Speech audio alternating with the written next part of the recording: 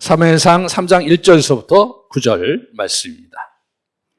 아이 사무엘이 엘리 앞에서 여호와를 섬길 때에는 여호와의 말씀이 희귀하여 이상이 흔히 보이지 않았더라. 엘리의 눈이 점점 어두워가서 잘 보지 못하는 그때에 그가 자기 처소에 누웠고 하나님의 등불은 아직 꺼지지 아니하였으며 사무엘은 하나님의 궤에 있는 여호와의 전 안에 누웠더니 여호와께서 사무엘을 부르시는지라. 그가 대답하되 내가 여기 있나이다 하고 엘리에게로 달려가서 이르되 당신이 나를 부르셨기로 내가 여기 있나이다 하니 그가 이르되 나는 부르지 아니하였으니 다시 누우라 하는지라. 그가 가서 누웠더니 여호와께서 다시 사무엘을 부르시는지라. 사무엘이 일어나 엘리에게로 가서 이르되 당신이 나를 부르셨기로 내가 여기 있나이다 하니 그가 대답하되 내 아들아 내가 부르지 아니하였으니 다시 누우라 하니라. 사무엘이 아직 여호와를 알지 못하고 여호와의 말씀도 아직 그에게 나타나지 아니한 때라. 여호와께서 세 번째 사무엘을 부르시는지라.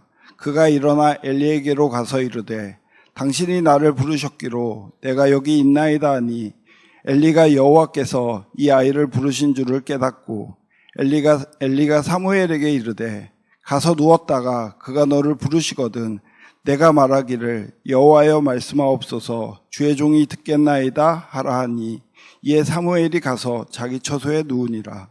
아멘. 아멘. 주여 말씀하옵소서. 저희가 듣겠습니다. 말씀을 전하는 자나 듣는 자가 이 시간 주의 말씀 듣는 시간 되게 하여 주시옵소서. 예수님의 이름으로 기도드립니다. 아멘. 저희는 지난주까지 사사기 강해를 들었습니다. 이제 다음 시리즈로 넘어가기 전에 저희가 오늘 주제 설교로 말씀을 나누고자 하는데 어떤 말씀을 함께 나누면 좋을까 기도하고 고민하다가 우리의 신앙생활의 가장 기본이 되고 핵심이 되는 하나님과 인격적인 교제에 대해서 우리 성도님들과 나누면 좋겠다라는 생각이 들었습니다. 여러분 오늘 설교 제목 이렇게 나와 있는데요. 하나님으로 우리의 영혼이 부요하여. 그래서 많이 들어보신 문구이죠. 네. 저도 참 좋아하는 저희 교회 사명 선언문입니다. 한번 보여주시면은 하나님으로 우리의 영혼이 부요하여 가정과 교회에 가득하고 이 땅에 넘쳐나게 하라. 네. 저게 우리 아름드리 교회의 사명 선언문인데요. 이 하나님으로 우리의 영혼이 부요하다. 여기에는 사실 우리 교회의 핵심 가치가 들어가 있는 것이죠. 지난주에도 우리 담임 목사님 설교하실 때에 깔때기를 또 말씀하셨어요. 저희 교회 깔때기는 뭐 이성교제, 뭐 연애 이런 게 아니라 영성훈련이죠. 저희 교회는 영성훈련하는 교회입니다. 이렇게 저희가 얘기하는데 영성훈련을 하는 그 이유가 무엇인가? 우리가 그토록 14년 동안 15주년을 이제 꼭 기다리면서 그렇게 달려왔던 영성훈련을 하면서 달려왔던 그 이유가 바로 이 첫 번째 문구에 담겨져 있는 것이죠. 하나님으로 우리의 영혼이 부요하기 위해서 우리가 그토록 하나님 앞에 머물고 기도하고 듣는 시간들을 훈련해오고 지금까지 왔습니다. 그러나 사실 이것은 우리 아름드리 교회만의 어떤 핵심 가치가 아니라 모든 그리스도인, 모든 하나님의 자녀들이 가져야 되는 신앙의 핵심이고 기본 자세인 것이죠. 어떻게 이것이 가능한가? 어떻게 우리가 하나님으로 우리의 영혼이 부요하는 것이 가능한가? 그것은 바로 하나님과의 관계를 통해서 가능한 것입니다. 그래서 기독교는 관계의 종교라고 말합니다. 여러분 관계에서 가장 중요한 것이 무엇입니까? 존재와 존재, 인격과 인격. 이것이 관계에 있어서 전제가 되는 것이죠. 혼자서는 불가능하다는 것입니다. 그래서 관계에서 중요한 것은 상호소통 그리고 대화가 중요한 것이죠. 대화를 통해서 서로를 알아가게 되고 그만큼 관계가 깊어지게 되는 것입니다. 그렇다면 대화에서 가장 중요한 것은 무엇일까요? 저는 듣는 것이라고 생각합니다. 듣는 것. 듣지 않고 일방적으로 말만 하면은 대화가 이루어지지 않고 따라서 관계가 형성되지 않고 깊어지지 않는 것이죠.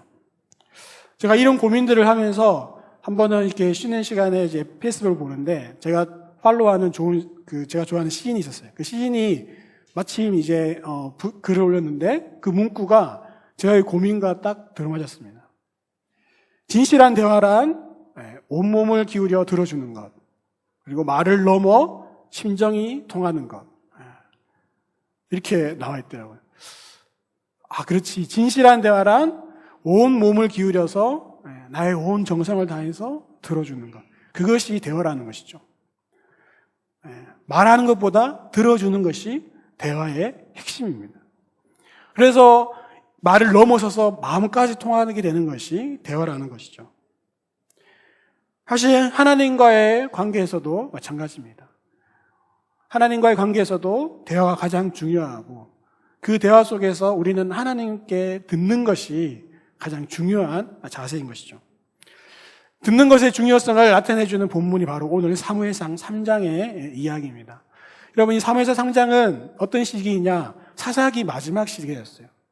그리고 왕정시대, 사사시대와 왕정시대를 이어주는 바로 그러한 시기였고, 엘리 제사장이 실로에서 제사장으로 있던 시기였고, 또 이 사무엘 3장은 어린 사무엘이 그 성전에서 봉사하며 섬기던 때였습니다. 오늘 본문 1절 말씀을 보시면 이렇게 나와 있습니다. 이 사무엘이 엘리 앞에서 여호와를 섬길 때에 여호와의 말씀이 희귀하여 이상이 흔히 보이지 않았다. 이 시대의 특징이 뭐냐? 여호와의 말씀이 희귀하였다. 말씀이 희귀한 시대였다는 것이죠. 여러분, 사사시대에 우리가 지난 주까지 사사기의 이야기를 들으면서 그 시대는 바로 영적 암흑기라고 우리는 들었습니다. 그리고 그 주제 자체가 우리가 어둠을 밝히는 사람들이었죠. 그 시대 자체가 영적으로 어두운 시기였기 때문에 그렇습니다. 사사기 마지막 21장 25절 마지막 절 말씀이 그때 이스라엘 왕이 없으므로 사람이 각기 자기 소견에 옳은 대로 행했더라. 하나님을 왕으로 모시지 않고 각자 자기의 소견대로 옳은 대로 행하는 그런 영적 암흑기였다는 것이죠. 그런데 2절 말씀에 의미심장한 말씀이 있습니다. 그렇게 말씀이 희귀하여 이상이 흔히 보이지 않은 그런 시대인데 갑자기 엘리 제사장을 소개할 때 그의 신체적인 이 어떤 육체적인 한계들을, 약함들을 구체적으로 기술을 하고 있어요. 엘리의 눈이 점점 어두워가서 잘 보지 못하는 그때라고. 이 말은 단순히 육체적인 어떤 실제적인 엘리의 눈이 늙어서 점점 어두워가는 것도 있지만 말씀의 흐름을 보십시오. 이상이 흔히 보이지 않는, 하나님의 이상이 흔히 보이지 않는 그 시대에 영적 지도자가 잘 보지 못하는, 영적 분별력을 잃어가는 그러한 영적인 어두운 가운데 빠진 이 엘리 제사장, 영적 지도자의 모습을 암시하고 있는 것이죠. 그것이 바로 2장에 충분하게 그 내용이 나오고 있었습니다. 그런데 이렇게 영적 암흑기에 3절에 또 더 의미심장한 말씀이 나와요. 이어지는 그 3절에 하나님의 등불은 아직 꺼지지 아니하였다. 하나님의 말씀이 희귀하고 이상이 보이지 않는 시대, 영적 지도자가 영적 분별력을 잃어가고 영적 어둠에 빠진 이 시대에 하나님의 등불은 아직 꺼지지 않았다. 아직 꺼지지 않았다라는 말이 참 의미심장하죠. 이 하나님의 등불에 관해서는 출애굽기 27장과 레위기 24장에 그 등불에 관한 규례가 나옵니다. 이 등불은 성막 안에 항상 켜져 있어야 되는데 24시간 꺼지면 안 되는, 그래서 제사장들이 목숨 걸고 지켜야 되는 등불이 바로 이 등불이었어요. 이것은 하나님이 우리 가운데 임재하고 계시고 하나님이 지금도 우리 가운데 당신의 빛을 비추고 계시다는 그것을 상징하는 중요한 빛이었기 때문에, 그 중요한 등불이었기 때문에, 왜냐하면 그 성막 안에 들어가면 아무것도 없는, 아무런 빛이 없거든요. 유일하게 빛을 밝히는 것이 바로 이 등불이었어요. 그래서 이 등불을 꺼트리면 안 되는 것이 제사장의 중요한 임무였죠. 영적으로 어두운 시대이지만 하나님의 등불은 밝혀 있다. 이것이 무엇을 의미합니까, 여러분? 하나님이 안 계신 것 같고 하나님의 말씀이 안 들리는 희귀한 그 시대에도 하나님은 여전히 살아계시고 당신의 빛을 발하고 계시고 말씀하고 계시다는 것이죠. 우리 시대도 마찬가지입니다. 이 시대를 우리가 영적으로 어두운 시대라고 많이들 얘기하고 있습니다. 기독교가 점점 쇠퇴해져 가고 힘을 잃어가고 있다고 얘기하고 있습니다. 하나님이 안 계시는 것 같은, 더 이상 말씀이 보이지 않는 것 같은 그러한 시대를 저희가 살고 있습니다. 그러나 여러분 기억하십시오. 하나님의 등불은 아직 꺼지지 않았다는 것을. 아멘. 하나님의 등불은 꺼지지 않았습니다. 그분은 계속해서 빛을 비추고 계시고 계속해서 우리에게 말씀하고 계시다는 것이죠. 그래서 하나님은 이 4절부터 8절까지 이어서 계속해서 사무엘을 부르세요. 3번에 걸쳐서 사무엘을 부르시는데, 사무엘을 왜 부르시죠?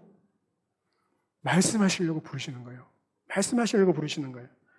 말씀이 희귀한 시대인데 갑자기 왜 하나님이 말씀을 하실까요? 어린 사무엘이라 잘 몰랐죠. 그래서 사무엘아 이런 들리는 소리를 듣고 사무엘이 엘리 제사장에게 달려갑니다. 부르셨습니까? 제가 여기 있습니다. 아니, 안 불렀다. 가서 자라. 그렇게 3번을 왔다 갔다 하는 거예요. 그러니까 그제서야 엘리 제사장이 눈치를 채고 하나님이 너를 부르시는 것 같으니까 다음에 부르면은 9절 말씀에 저렇게 얘기하죠. 여호와여 말씀하옵소서. 주의 종이 듣겠나이다 라고 얘기해라. 여러분, 이 문장은 초대교회의 전통에 있어서 또 사막의 수도승들과 교부들에게 아주 중요한 문장이었습니다. 주여 말씀하옵소서. 제가 듣겠나이다. 그들이 침묵하고 그들이 묵상하고 그들이 기도하면서 늘 하나님 앞에 이 문장을 고백하면서 주여 말씀하옵소서. 제가 듣겠습니다. 저와 여러분의 기도 생활에 기도만 하고 우리가 일어나는 것이 아니라 늘 이러한 자세로 하나님 앞에 주님 말씀해 주십시오. 제가 듣겠습니다. 기도하는 가운데, 말씀을 읽는 가운데 늘 이런 자세로 우리가 나아가야 되는 줄 믿습니다. 하나님은 갑자기 사무엘에게 말씀하시기 시작합니다. 말씀이 희귀하고 이상이 보이지 않는 이 시대였는데 하나님이 말씀을 하기 시작하시는 것이죠. 저는 이 말씀을 묵상하면서 질문을 던져봤습니다. 왜 말씀이 희귀할까? 왜 말씀이 하나님의 이상이 보이지 않을까? 말씀을 묵상하는 가운데 깨달은 것이 있었어요. 듣는 자가 없기 때문에 하나님이 말씀을 못 하시는 거예요. 사실 이 시대는 말씀이 희귀한 시대가 아니라 듣는 자가 희귀한 시대였어요. 하나님의 말씀을 들으라는 자들이 없는 거죠. 그래서 여러분 21절 말씀을 보세요. 21절 말씀 우리가 읽지 않았지만 이 사무엘 3장의 마지막 구절입니다. 1장에서 분명히 하나님의 말씀이 희귀한 시대라고 얘기했는데 마지막 절에 뭐라고 얘기하냐면은 여호와께서 실로에서 다시 나타나시되 여호와께서 실로에서 여호와의 말씀으로 자기를 나타내시니라. 누구에게요? 사무엘에게. 들으려 하는 자가 있으니까, 듣는 자가 있으니까 말씀하기 시작하시는 거예요. 자기를 나타내 보이기 시작하시는 거예요.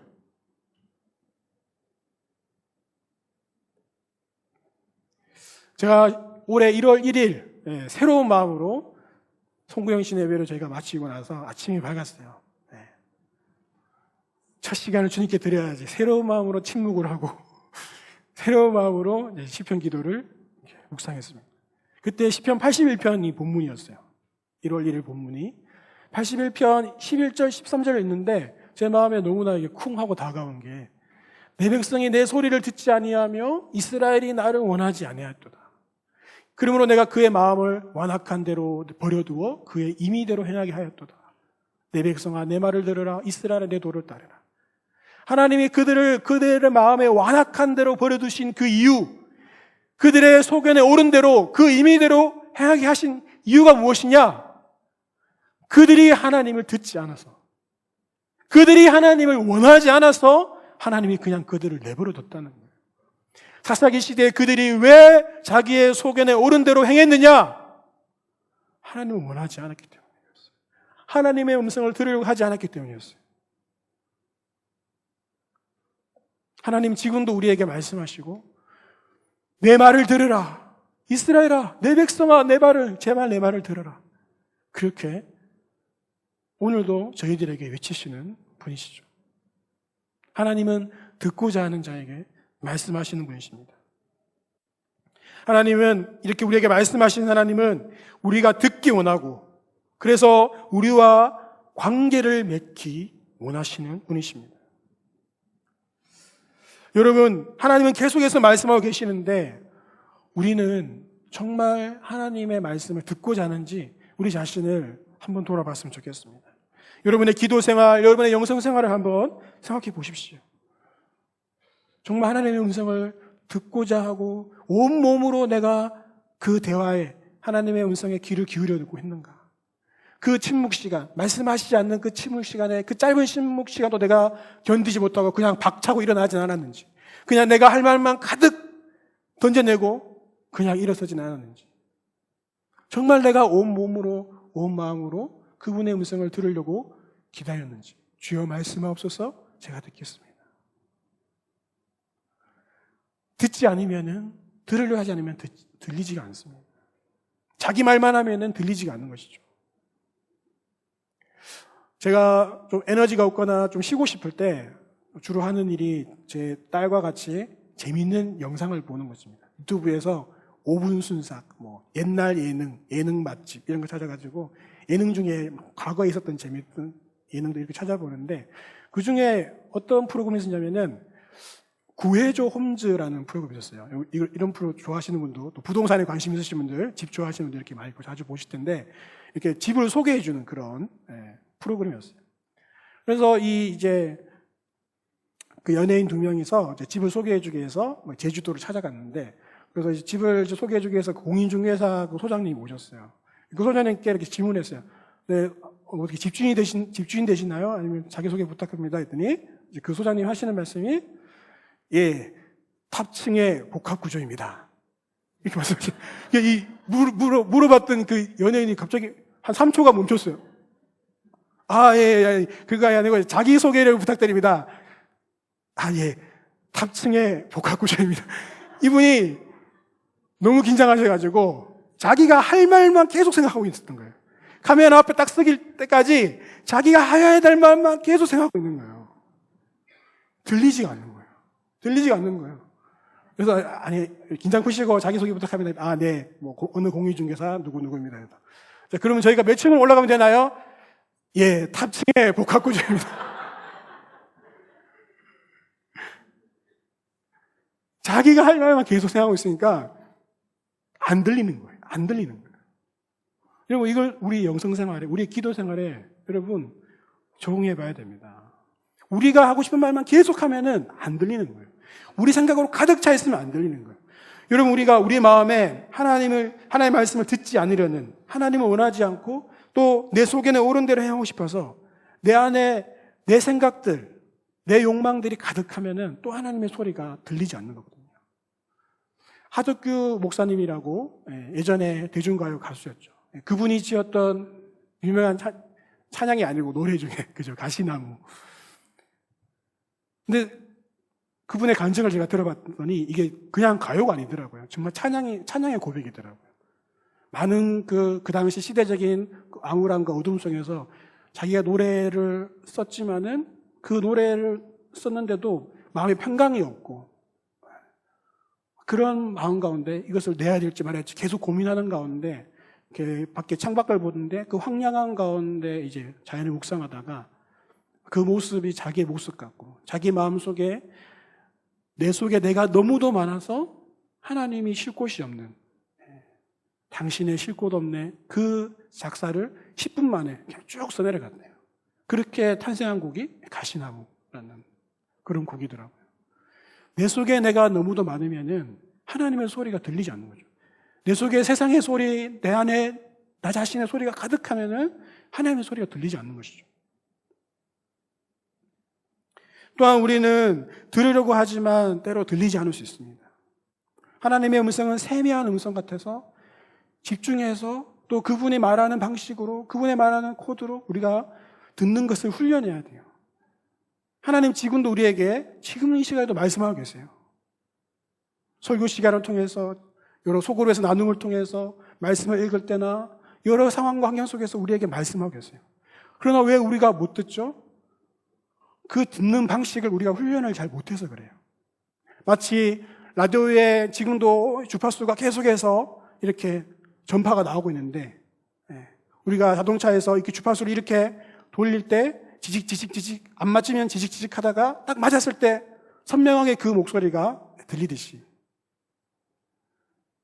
하나님의 그 주파수에 우리가 우리 주파수 맞추는 그러한 훈련을, 하나님의 음성을 듣는 훈련을 계속해서 하셔야 되는 것이죠. 훈련이 필요합니다. 그분이 말하는 방식과 그분이 말하는 코드로 우리가 들으려고 노력해야 된다는 것이죠. 그렇다면 이렇게 나와 관계 맺고 싶어 하시고 나에게 말씀하시는 그분과 우리가 어떻게 인격적인 교제를 할 수 있는가. 먼저는 그 우리와 인격적인 교제를 나누기 원하시는 그 하나님이 어떤 분이신지 저희가 알아야 됩니다. 인격과 인격, 존재와 존재의 만남이잖아요. 그래서 그분이 어떤 분이신지 우리가 먼저 알아야지 인격적인 교제를 할 수 있는 것이죠. 우리와 인격적인 교제를 나누기 원하시는 그분은 바로 인격적인 하나님이세요. 그 말은 인격성을 가지고 계시다는 거예요. 기독교는 관계의 종교라고 했습니다. 그 말은 기독교의 신이 다른 종교의 신과 다르기 때문입니다. 다른 종교의 신들을 보면은 어떤 그 사상과 또 그 종교의 가르침과 그 종교의 여러 가지 철학과 영향들, 그런 것들을 믿습니다. 불교의 사상, 불교의 가르침, 마호메트의 사상과 가르침을 믿죠. 그 마호메트와 불교의 인격 그 자체와 만나지는 않는 것이죠. 그러나 우리가 믿는 신은 살아있는 인격체라는 거예요. 우리에게 반응하시고 우리에게 말씀하신다는 거예요. 우리가 말씀을 읽고 듣고 또 가르치고 배우지만은 이것은 단순히 가르침과 그냥 글자의 경전에 불과한 것이 아니라 이 기독교의 성경, 이 말씀은 인격 그 자체인 거죠. 그래서 우리가 말씀을 읽을 때 하나님의 음성을 들을 수 있는 것입니다. 또 기독교의 신은 해와 달과 나무나 돌과 다릅니다. 많은 우상숭배자들이 또 무속신앙이 그렇게 돌과 해, 달, 나무의 그걸 자신의 신으로 삼고 섬기지만은 아무런 반응을 할 수 없죠. 예레미야 2장 말씀에도 이렇게 나와 있습니다. 나무를 향하여 돌을 향하여 너희가 이렇게 나를 낳았다, 나를 아버지다라고 하시지만 나중에 아무런 대답도 하지 않지 않느냐. 너희를 위하여 네가 만든 내 신들이 어디 있느냐. 하나님께서 말씀하시는 것이죠. 그러나 우리가 믿는 하나님은 살아있는 인격체이기 때문에, 그래서 기독교는 관계적인 종교라는 것입니다. 또한 인격성을 가진 하나님은 바로 초월적이면서 내재적이세요. 많은 사람들이, 지금도 교회를 다니는 많은 사람들이 하나님에 대해서 잘못 생각하고 있는 것 중에 하나가 하나님을 우리도 모르게 그냥 초월적인 하나님으로만 생각하는 경향이 많아요. 그분이 신이기 때문에 어디 멀리 하늘나라에 계시면서 이렇게 다스리시고 계시는, 그래서 우리와 가까이 교제할 수 없는 그런 생각을 가지면은 하나님과 인격적인 교제가 불가능하겠죠. 하나님은 그러나 초월적인 분만 아니라, 물론 하나님은 초월적인 분이시지만은 기독교에서 말하는 하나님은 초월적이면서도 내재적이십니다. 여러분, 그것을 가장 잘 나타내는 것이 바로 성육신하신 예수 그리스도시죠. 하나님이신 그분이 자기를 비워서 인간의 몸에 형체를 입으셨고 이 땅 가운데 오셨죠. 우리와 같이 울고 웃고 웃으시면서 화내시고 슬퍼하시면서 우리 안에 가까이 오셨어요. 그리고 또 예수님께서 승천하시면서 우리에게 누구를 보내주셨죠? 보혜사 성령님을 보내주셨어요. 그래서 지금도 우리 안에 성령님이 계심으로써 성령으로 말미암아 우리는 성삼위 하나님과 친밀하게 교제할 수 있는, 이것이 바로 기독교가 가지고 있는 신비입니다. 하나님은 멀리 계신 분이 아니라 어디에 계시죠? 바로 우리 안에 계신 거죠.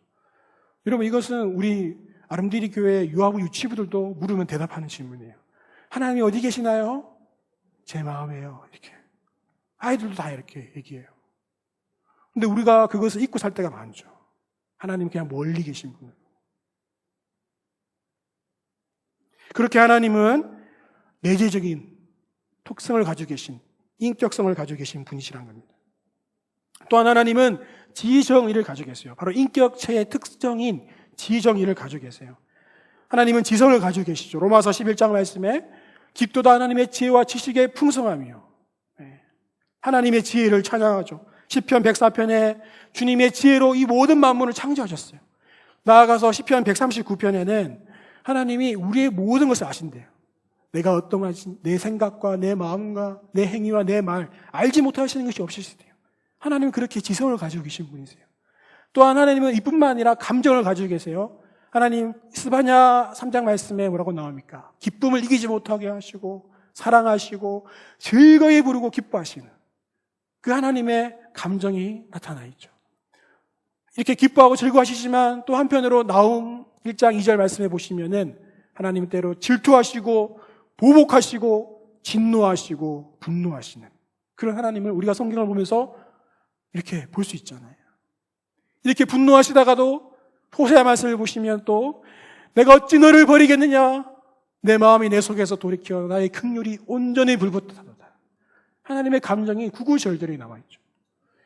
이런 지성과 감정을 가지신 뿐만 아니라 또 하나님의 의지가 나타나 있어요. 성경에 보면은 신명기 말씀에 하나님께서는 마음을 돌이키시고 자신의 뜻을 돌이키시고 내 백성을 모으시고 구원하시겠다라고 하시는 하나님의 그 의지와 행동을 이루시는 분이시죠. 이사야 말씀 9장을 보십시오. 만군의 여호와의 열심히 이를 이루시리라. 하나님이 열심을 가지시고 의지를 가지시고 하나님의 뜻을 이루시는 분이시라는 거예요. 의지가 있는 분이시라는 거죠. 마찬가지 이사야 14장 말씀에도 하나님 당신의 생각과 경영한 것을 반드시 이루시는 분이라는 것입니다. 이처럼 하나님은 지성과 감정과 의지를 이 인격체의 3요소를 다 가지고 계신 분이세요. 그런 하나님께서 자기의 형상대로 우리를 창조하셨어요. 그 말은 무슨 말이죠? 우리도 이러한 인격체로서 지성과 감정과 의지를 가지고 있는 인격체로 만드셨다는 것이죠. 왜 그렇게 만드셨을까요? 왜 자신의 형상대로 만드셨을까요? 우리와 교제하기 위해서, 우리와 관계 맺기 위해서, 우리와 그 사랑을 나누기 위해서, 사귀기 위해서. 이게 바로 우리가 창조된 목적이라는 것입니다. 그러므로 기독교의 핵심, 기독교의 가장 신앙의 기본은 하나님과의 관계라는 것이죠. 그러면 이런 인격적인 하나님과 우리가 어떻게 관계를 맺을 수 있나? 인격적인 관계를 어떻게 맺을 수 있나? 사실 인격적인 관계라는 것은 어렵지 않습니다. 여러분, 부부 사이에 아니면 친구 사이에 연인 사이에 관계 맺듯이 사람과 사람과 관계 맺는 것이 인격적인 관계입니다. 그러나 우리가 그것을 굳이 인격적이라는 말을 사용하지 않아서 그렇지 인격과 인격이 관계를 맺는 것이 인격적인 관계예요. 그래서 하나님과의 인격적인 관계도 마찬가지입니다. 친구와 관계 맺듯이 부부와 관계 맺듯이 인격과 인격의 관계 맺는 것과 똑같다는 것이죠. 그래서 너무 어렵게 생각할 필요가 없습니다. 너무 복잡하게 생각할 필요가 없습니다. 다만 중요한 것은 뭐냐면은 모든 관계가 그렇듯이 정직하고 진실해야 됩니다. 가장 기본적인 자세는 하나님께 정직하고 진실해야 돼요. 자신의 마음을 숨기고 괜찮은 척, 아닌 척. 그렇게 하면은 마음과 마음이 만나지가 않죠. 인격과 인격이 그 중심이 만나지가 않으니까 깊고 친밀한 인격적인 교제가 일어나지 않는다는 것이죠. 그래서 우리가 하나님께 나아갈 때는 반드시 정직하고 진실해야 돼요. 또 한 가지는 뭐냐면은 인격적인 관계의 가장 기본적인 방향성이 있죠. 일방적이 아니라 상호적이라는 거예요. 항상 상호적인 것을 기억하셔야 돼요. 여러분 찬양하실 때 그냥 여러분이 그냥 여러분 감정에 취해서 노래가 좋아서 이렇게 우리가 찬양하는 경향이 많은데 그러시면 안 되고 항상 찬양하실 때마다 여러분 하나님이 앞에 계시다고 생각하시고 하나님께 내가 찬양을 이렇게 서서 찬양하신다 생각하시면서 그분을 생각하시면서 찬양하셔야 됩니다. 기도할 때도 마찬가지고 말씀을 읽을 때도 마찬가지예요. 상호적인 관계를 생각하시면서 모든 기도와 찬양과 예배 가운데 임하셔야 된다는 것이죠. 또한 한 가지 방법이 뭐냐면은 중요한 자세가 인격적인 관계는 단순한 어떤 관계적인 특성 때문에 한 가지 방법으로, 한 가지 루트로 이루어지지 않는다는 거예요. 다양한, 그래서 뭐 기계적인 방법으로 이루어지는 것이 아니라 다양한 경험과 방식으로 이루어지는 것이죠. 그래서 지성과 감정과 의지가 전인격적으로 만날 때에 진정한 인격적인 교제가 일어난다는 것입니다. 그래서 우리는 지성으로 먼저 하나님께 반응할 수 있어야 돼요. 우리가 지성으로 하나님께 반응한다는 것이 무엇이죠? 바로 하나님을 알아가야 되겠죠. 우리가 영성훈련이나 아니면은 영적 독서나 아니면은 여러 가지 신앙의 훈련, 성경 통독과 설교 시간을 통해서 우리는 계속해서 지적으로 하나님을 알아가야 돼요. 하나님이 어떤 분이신지 계속해서 우리가 배워가야 돼요. 호세아 6장 3절에도 이렇게 말씀하고 있습니다. 우리가 여호와를 알자. 힘써 여호와를 알자. 여러분, 하나님을 아는데 힘을 쓰십시오. 알고자 노력하십시오. 하나님을 아는다는 것은 하나님의 뜻과 또 하나님의 성품, 또 하나님의 계획을 알고, 그래서 우리의 지성이 바뀌는 거예요. 우리가 지성으로 하나님께 반응한다는 것은 우리의 지성이 하나님을 아는 지식으로 채워지고, 또 하나님의 생각과 하나님의 뜻을 알아서 내가 지금까지 가지고 있었던 어떤 세계관과 가치관에 바뀌는 거죠. 하나님을 만나는 사람들은 그 세계관이 바뀌어요. 그래서 하나님의 뜻과 하나님의 관점으로 이 세상을 바라보게 되죠. 그것이 바로 기독교적 세계관, 성경적 세계관이라고 합니다. 그래서 우리는 그러한 가치관의 변화가 일어나야 된다는 것이죠. 또한 감정으로 우리가 반응해야 됩니다. 감정으로 반응하는 것은 내 안에 있는 모든 감정을 하나님께 말하는 거예요. 그것이 긍정적이든 부정적이든. 그런데 우리가 이런 감정을 우리가 하나님께 다 표현하기 위해서 우리의 감정을 알아야 되는데, 많은 사람들이 자신의 감정을 잘 모를 때가 있어요. 자신의 감정을 잘 모르고 엄청 슬프고 괴로운데도 그것을 그냥 덮어두려 하고 무식수로 그것을 회피하면서 그냥 막 즐겁게 재미있게 지내려고 하거나, 아니면 막 화가 나는데 그 감정을 인정하지 않고, 화가 나는 자신을 받아주지 않고 이 감정을 자기 스스로 받아주지 않아서 그냥 괜찮은 척 그렇게 하다가 또 문제가 생기기도 하죠. 의외로 많은 사람들이 자신의 감정을 잘 읽지 못하고 인정하지 못하고 받아들이지 못할 때가 있어요. 그래서 사실은 이 자신의 감정을 읽고 인정하고 받아들이는 데 있어서 시편 기도가 되게 중요하고, 또 시편이 우리에게 많은 도움이 됩니다. 시편은 감정의 언어이거든요. 시편 13편 한 편에만 봐도 번민과 근심, 두려움이 있지만 동시에 사랑과 기쁨, 찬양이 함께 있죠.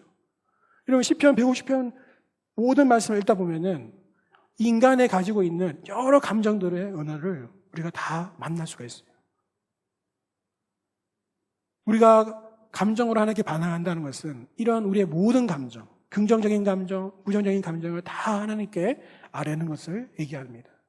그렇게 우리 안에 있는 깊은 감정을 하나님께 아뢰일 때야 감정과 감정이 만나면서 인격적인 만남이 이루어지는 것이죠.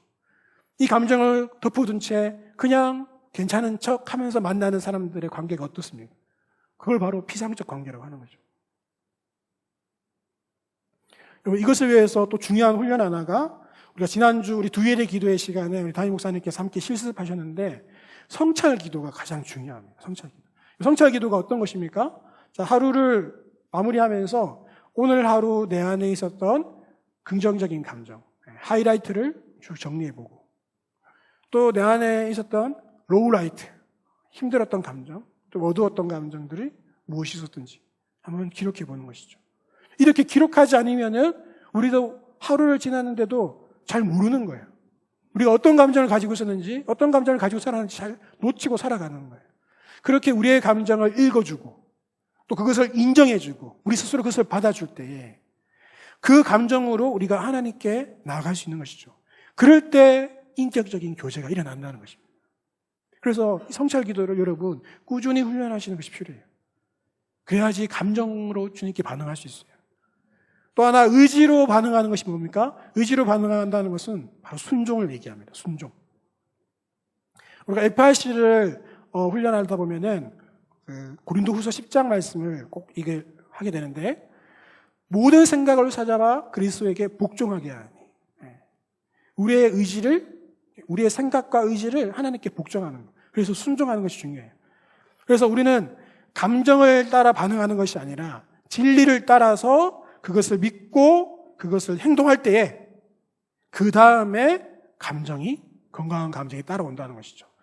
그러나 우리에게 일어나는 감정을 따라 반응하다 보면은 우리가 올바로 하나님 앞에 이렇게 순종하지 못하고 행동하지 못할 때가 많다는 것입니다. 그래서 우리의 의지, 우리의 생각을 사로잡아서 하나님께 복종하는, 순종하는 훈련을 우리가 해야 된다는 것입니다.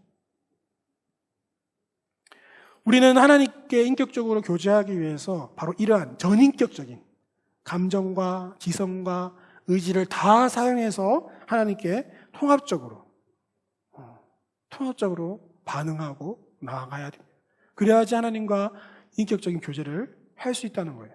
힘써 하나님을 알고자 하고 우리의 모든 감정을 하나님께 표현하고자 하고 우리가 순종하고 결단함으로써 하나님께 나아갈 때에 하나님을 그렇게 경험할 수 있다는 것입니다. 근데 많은 사람들이 보면은 자신이 편한 방식으로만 하나님을 자꾸 만나려고 하는 경향이 있어요. 예를 들어서 지적인 사람들은 자꾸 지성으로만 하나님께 반응하려는 사람들이 있고, 또 감정적인 사람 같은 경우는 계속 감정적으로만 반응하려고 하고, 행동파들은 그냥 몸으로 때우는 거죠. 계속 교회 일하고 봉사하고 하나님 알려고 하지도 않고 영성을 하지도 않고 몸으로만. 이게 한 가지로만 하면 안 돼요. 물론 처음에 자기가 좋아하고 자기가 잘 맞는 그 통로로 시작할 수 있죠. 하지만 다양하게 통합적으로 우리가 하나님을 만나고 경험해야 되는 것입니다. 저를 돌아보면은 저는 좀 감정적인 사람 같아요. 그래서 중학교 때 막 이렇게 찬양하면서 은혜 받고 눈물 흘리고 그러다 보니까 그것이 하나님을 만나는 것의 전부라는 생각을 했었어요. 근데 대학을 왔는데 전혀 다른 세상이더라고요. 그러면서 어느 날 선배가 수련회를 갔는데 갑자기 책을 선물해줘요. 그리고 또 다른 선배가 책을 선물해주고 수련회를 끝나면 항상 책이 이렇게 돼 있어요. 생일날 되면은 신학교 선배가 이제 끌고 솔로몬 서점에 데려가요. 그러면 막 자기 마음대로 책을 막 골라요. 읽어봤어? 아니요. 읽어봤어? 아니요. 읽어봤어? 아니요. 그러면 책을 한 권 사줘요. 읽어. 시크하게. 생일 선물이야. 네. 제가 늘 대학 때 들었던 말은 책 좀 읽어라. 책 좀 읽어라. 그래서 이제 책 읽는 훈련을 많이 하게 됐죠. 그러면서 그 단체에서 하는 여러 가지 기독교 세계관, 이런 공부도 하고, 또 거기서 함께 전도하고 함께 선교 활동하면서 지성뿐만 아니라 의지의 훈련, 그리고 또 감성의 반응, 이 모든 것들을 전인격적으로 하면서 하나님을 점점 인격적으로 만나가게 되었습니다. 사랑하는 여러분, 우리가 하나님과 인격적으로 관계 맺는다는 것은 바로 이런 통합적인 만남이 이루어져야 된다는 것입니다. 여러분들도 여러분의 지성을, 또 여러분의 감정을, 또 여러분의 의지를 다해서 하나님을 알려고 노력하시고, 필요하면 책도 보시고, 필요하면 훈련도 참석하시고, 또 열심히 또 성찰기도를 통해서 하나님께 여러분의 감정을 표현해 보시고, 또 의지와 순종으로 봉사하고 헌신하면서 하나님을 자꾸 그렇게 여러분들을 하나님께 노출시킬 때 하나님을 인격적으로 만나게 되는 것입니다. 그렇다면 마지막으로 이러한 인격적인 관계의 열매가 무엇일까요? 마태복음 22장에 한 율법 선지자가, 율법 선생이 예수님께 찾아와서 가장 큰 계명이 뭐냐 이렇게 물었을 때 예수님께서 말씀하신 장면입니다. 내 마음을 다하고 목숨을 다하고 뜻을 다하여 주 너의 하나님을 사랑하라. 내 감정과 내 지성과 내 모든 힘과 내 의지를 다해서 하나님을 사랑하라는 것이에요.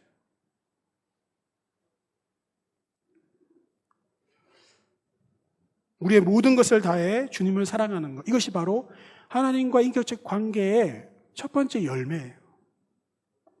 여러분, 우리가 영성훈련하는 그 훈련의 동기와 목적이 무엇입니까? 바로 모든 것을 다해 하나님을 더 사랑하는 것입니다. 어떻게 하면 하나님을 더 알 수 있을까? 하나님을 어떻게 하면 더 사랑할 수 있을까? 그 목적과 그 동기를 가지고 우리의 신앙의 선배들이 그렇게 영성훈련을 하며 하나님 앞에 머무르고 하나님의 음성에 귀를 기울이고 하나님의 말씀을 묵상하며 침잠하였던 그 모든 목적과 동기가 바로 하나님을 알고 사랑하기 위함이었어요. 어떤 대단한 헌신이나 어떤 대단한 행동이나 프로젝트, 봉사나 그것이 중요한 것이 아니라 먼저 하나님을 사랑하는 것이 중요한 것임을 우리가 알았기에 아름드리 교회가 가장 먼저 하나님으로 우리의 영혼이 부요한 이 영성훈련에 우리가 집중했던 것이죠. 이것 때문에 이 계명에 순종하기 위해서 우리는 영성훈련을 한 것입니다. 그런데 우리가 영성훈련을 하다 보면은 또 하나님과 인격적인 관계를 맺다 보면은 어느 순간 우리도 모르게 하나님을 사랑하는 것이 원래 그 목적과 동기였는데 이것이 흐려질 때가 있어요. 그러면서 어떤 영적인 우월감, 어떤 영적인 교만함이 우리 안에 이렇게 올라올 때가 있어요. 하나님을 사랑하는 그 열심보다도 하나님을 더 알고 사랑하고자 하는 마음보다도 내가 다른 사람은 안 하는데 나는 이거 하고 있어. 나는 좀 영적이야. 나는 뭔가 하나님과 더 가까워져. 그렇게 하면서 우리도 알게 모르게 영적인 우월감에 빠질 때가 있는 것이죠. 이걸 정말 주의해야 됩니다. 영성훈련의 첫 번째 목적은 여러분 하나님을 더 사랑하는 거예요. 우리의 심장이 멎는 그 순간이 가장 하나님을 사랑하는 순간이 되기 위해서 날마다 더 사랑하기 위해서 하나님 앞에 머무르는 거예요. 우리가 이 목적을 잃지 않았으면 좋겠습니다. 또한 두 번째 목적은, 두 번째 그 열매는 바로 이웃사랑이죠. 마태복음 22장 39절 말씀에 내 이웃을 내 자신같이 사랑하라. 둘째가 이어갔다. 인격적인 관계의 결과는 바로 그 인격적인 관계를 맺는 그 상대방을 닮아가는 것이죠. 여러분이 부부가 이렇게 닮는다고 하잖아요. 비슷하게 생긴 사람과 결혼하지 않았을 거 아니에요. 그죠? 근데 왜 닮을까요? 같이 붙어 있다 보니, 같이 생활하다 보니까, 대화하다 보니까, 사귀다 보니까 그렇게 관계를 맺는다는 것은 상대방을 닮아가는 거예요. 상대방을 사랑하면서 사랑하는 사람을 닮아가는 것이죠. 이웃을 사랑하게 되는 것은 바로 그와 같은 것입니다. 우리가 이웃을 사랑해야지 라고 하고 사랑하는 것이 아니라 사실 하나님을 사랑하면은, 하나님을 뜨겁게 사랑하고 하나님을 닮아가다 보면은, 그분과 관계 맺다 보면은 그분이 사랑하시는, 그분이 원하시는 이 땅에 있는 수많은 영혼들을 사랑하게 되어 있다는 것이죠. 우리 교회 사명선언을 다시 한번 보실까요?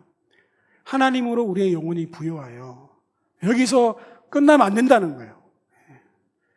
하나님으로 우리의 영혼이 부요하여 그 다음 이것이 원인이 되어서 이 부요함이 흘러넘쳐서 가정과 교회에 가득하고 이 땅에 넘쳐나게 하는 것.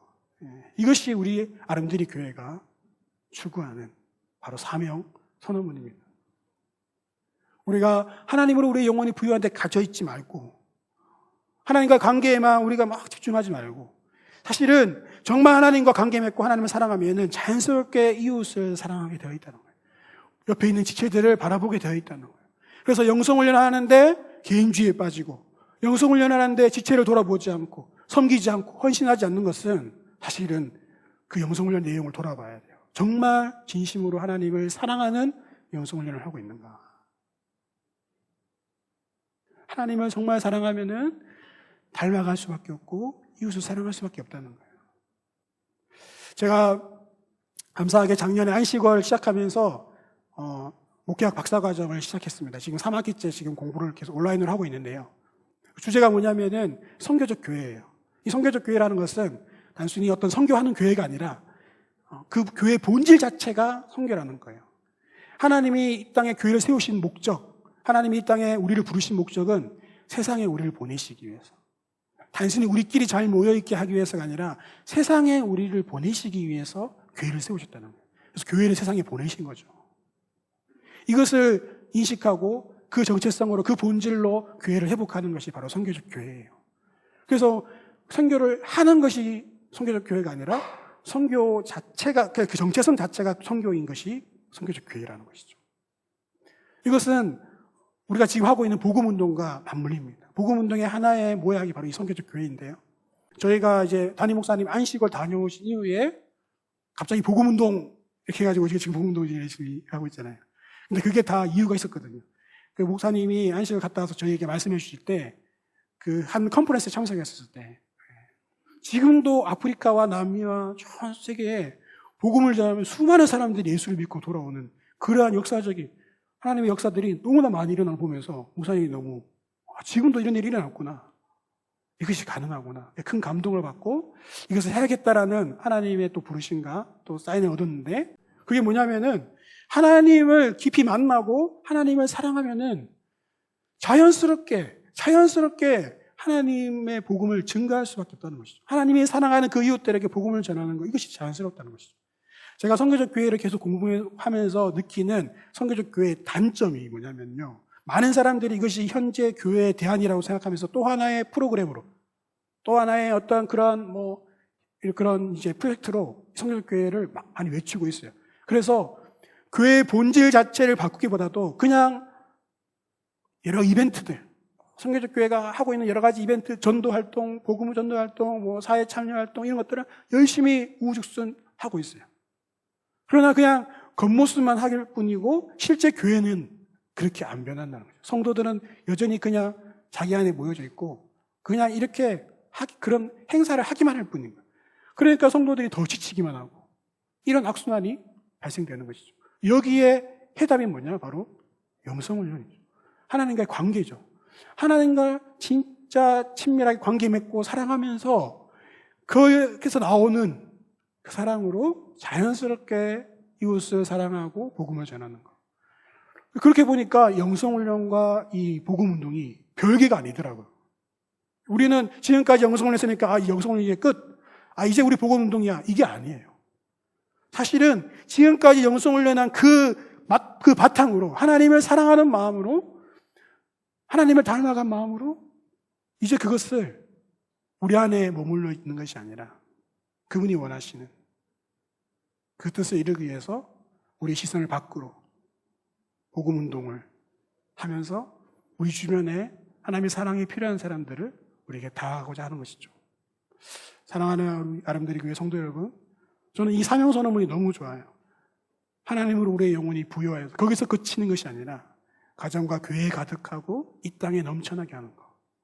그렇게 저와 여러분이 이 한 해를 달려갔으면 좋겠습니다. 우리 다음 주부터는 우리 목사님 말씀하셨듯이 성령으로 동행하는, 성령을 따르는 그 삶을 통해서 우리가 하나님과 구체적으로 어떻게 또 기도하고 하나님의 성을 듣는지 그런 시간들을 가지고자 합니다.